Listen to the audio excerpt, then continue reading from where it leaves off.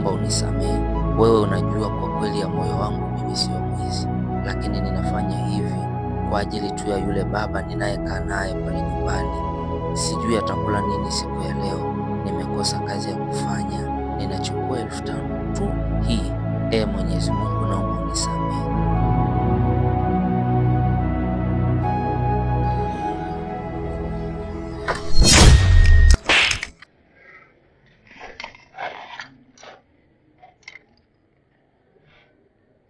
Yaani unakuja kunibia ndani ya gari yangu mwenyewe hapa? Bro, naomba nisamehe. Nikusamehe kitu gani?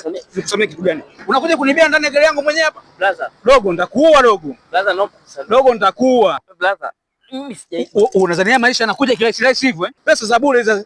Dogo, nitakupasua. Ndio kazi yako eh? Naomba nisamehe. Hebu toka. Toka hapa. Toka. Nenda kule. Chukua dala lako hilo. Mbavu dogo. Anataka kwanza kufanya ujinga.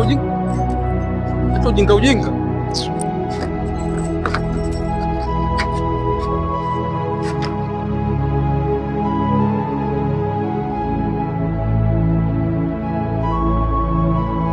Baba, mbona mambo yamebadilika sana hapa?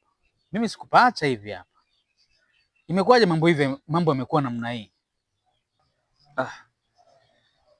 Nimekutwa na madhila makubwa mwanangu. Hapa katikati waliingia wezi humu ndani, wakavunja au wakaiba kila kitu. Sasa mzee, si ungenipigia hata simu? Ungenipigia simu ungeniambia, mimi jambo hilo ningelishughulikia. Ninaposema wameiba kila kitu, ninamaanisha mpaka simu yangu wameiba. Sasa unawezaje kumudu mahitaji yako eh? Unawezaje kuishi katika mazingira magumu kama haya mzee wangu?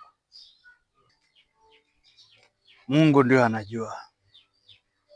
Alitokea kijana mmoja, hata alikotoka sikujui wala simfahamu. Akaja akaniangalia hali niliyokuwa nayo, akaniuliza, mara nikaona ametoka, baadaye akarudi na chochote, nikapata riziki. Kuanzia hapo ikawa ndio tabia yake. Anatoka na kwenda anatafuta chochote atakachopata ananiletea, ndio maisha yangu. Mzee, yani unataka kuniambia kwamba huyo kijana anakusaidia na humlipi chochote? Simlipi chochote.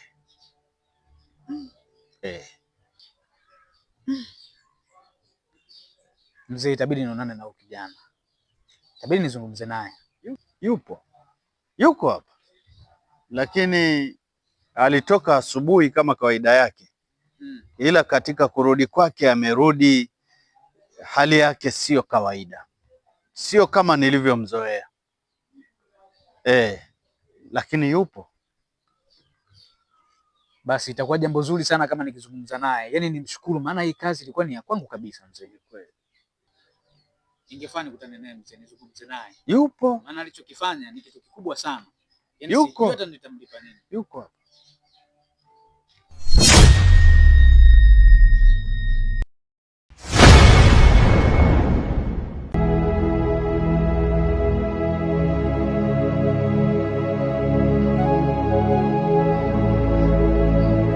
Mzee, kijana mwenyewe ndio huyu.